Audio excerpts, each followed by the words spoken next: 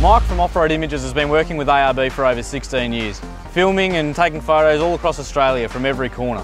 More recently, we've just done a trip over to Dirkartog Island at the start of the year, and I guess it was on coming back from that we really started to appreciate just how important it is to have the right protection for your vehicle. So I guess, Mike, ultimately what you've built here with the right protection and the right lighting is a 79 series, a truck that can pretty much go anywhere at any time. There's one thing I've always said is that my vehicle can't be the one that actually breaks down. So the last thing I want is an animal strike occurring on this vehicle and bringing me unstuck. The protection on the front of the vehicle that you drive, it's a massive investment that you've made to set this vehicle up, but you're also in extremely remote regions. So protect our investment. Up front we've got the ARB Deluxe Big Tube Bull Bar with accompanying Summit side rails. I've noticed that you've got the winch in there and some recovery points.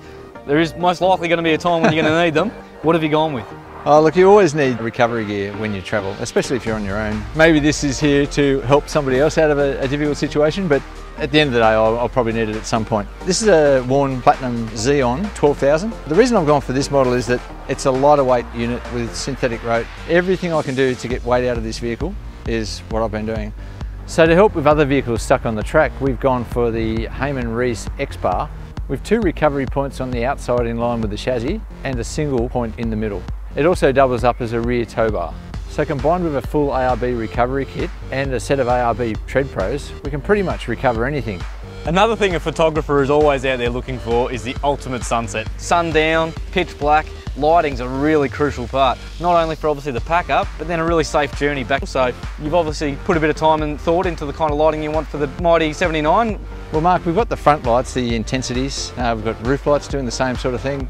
Just casting a good light down the road to ensure that we can see what's ahead of us. We normally start working at a location an hour before sunrise. So in order for that to take place, we need to be there an hour and a half before sunrise for the setup. It's pitch black at that time of the morning, so the best thing for us to do is to turn all the lights on the side of the vehicle, and then you can see exactly where you're working.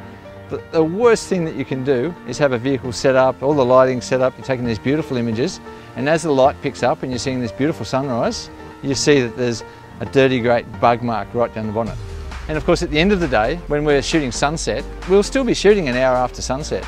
And then we need to pack everything up. So trying to pack everything up in the dark, you don't want to leave a $500 little camera part sitting on a rock somewhere. For me, the bush ranger lights on here are perfect. Having lighting at night time and in the mornings when you're trying to get through your canopy, you're trying to get into your bags, I think it's fantastic. We've got so much lighting on the inside and the outside of this rig that the whole place is illuminated when I want it to be. Mike, with the roof lights, driving lights, I mean, you must have switches galore on this thing. Funny you should say that, Mark. This vehicle is like a farm truck. There's dashboard galore. I could put switches all over the dash, but I hate drilling holes in my car. So I'm using links, and it's controlling all the lighting on the outside. I can set up any configuration of lighting. Lighting on the rear that goes on when I hit reverse. I can control the airbags with it, the amount of volume that I put in the tyres. So as I'm pumping the tyres up, I can say set 35 and it's fixed. Brilliant. I can see the voltage in the battery systems.